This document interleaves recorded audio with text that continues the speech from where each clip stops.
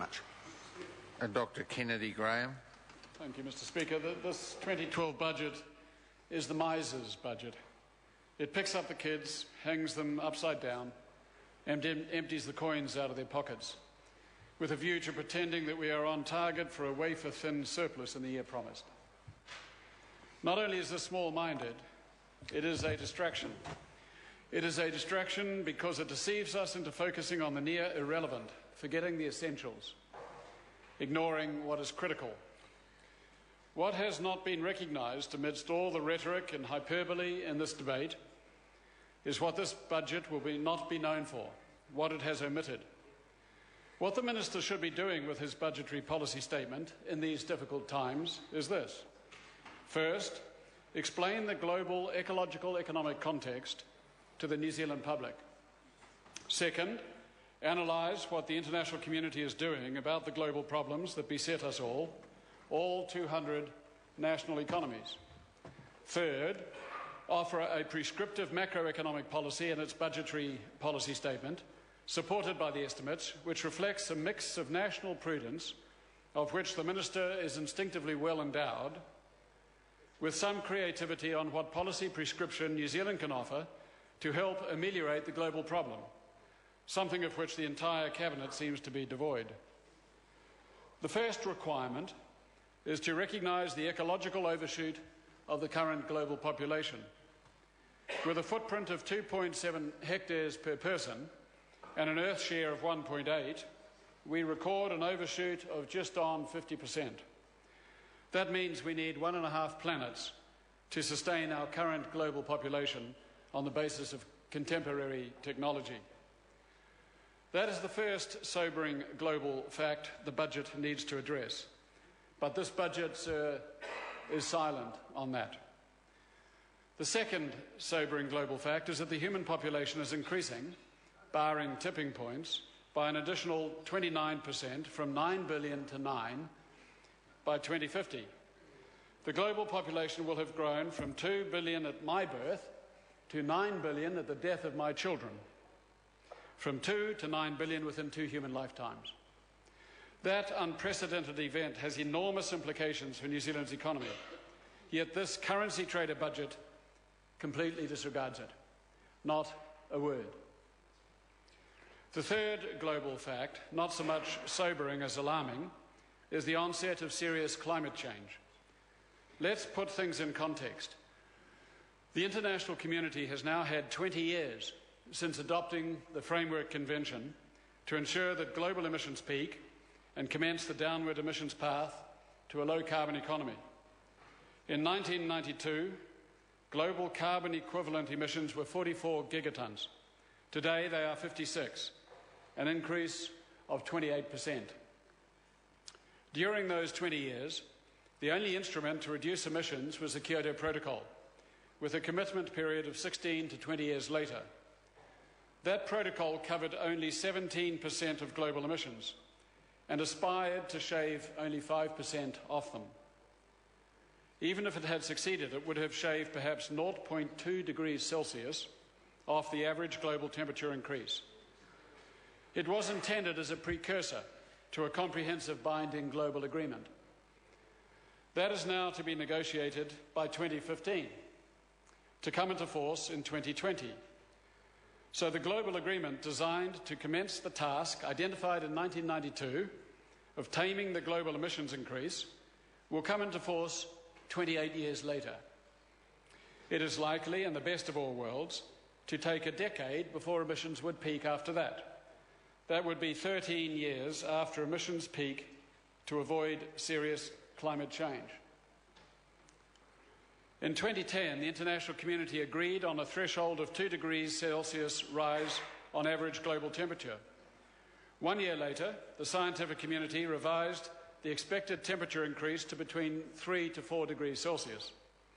So no sooner did the governments identify a global warming target than that target was rendered unlikely, if not impossible.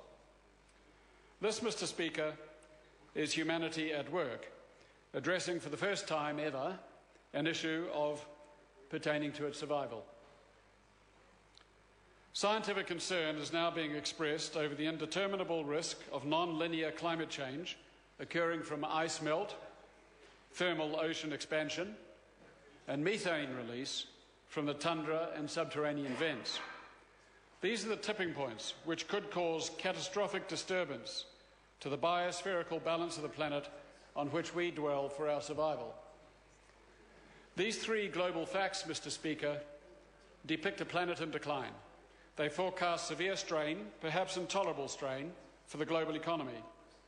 The New Zealand economy accounts for a tiny portion of the global economy, only 0.2%.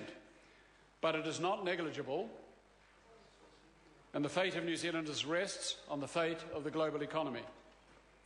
Yet the budget says nothing of this.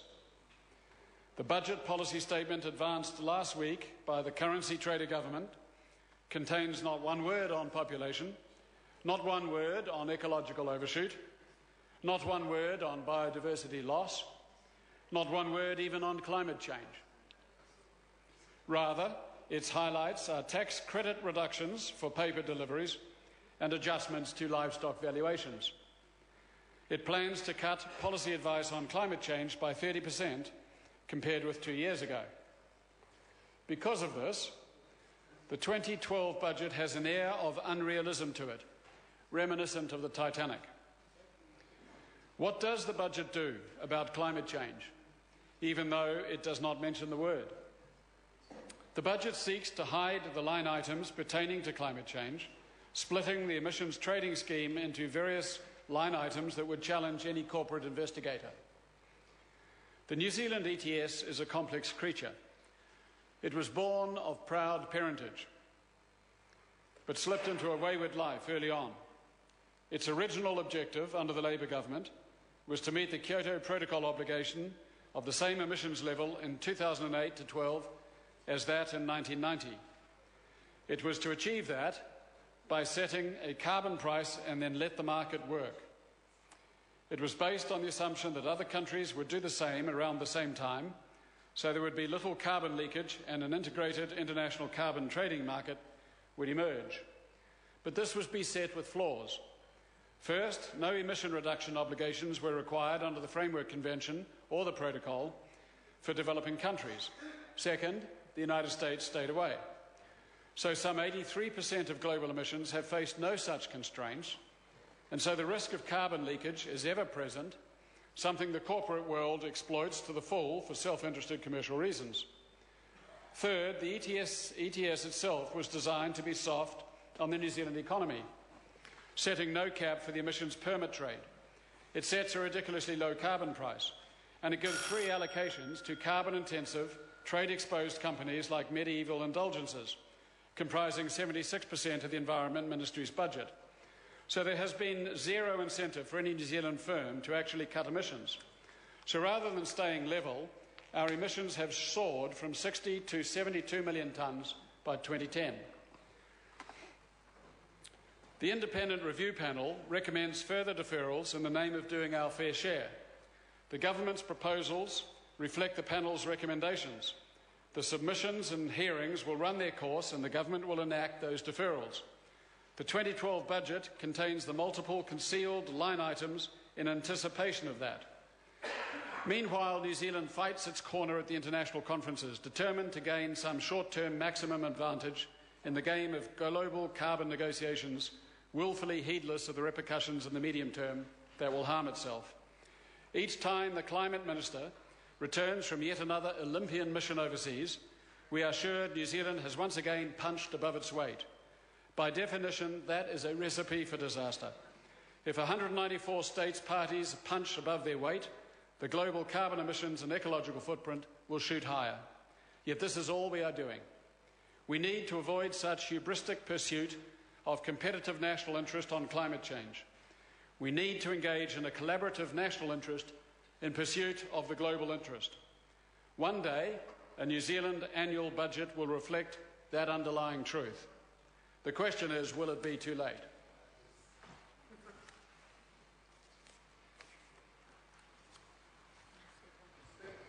Te Uroa Flavel.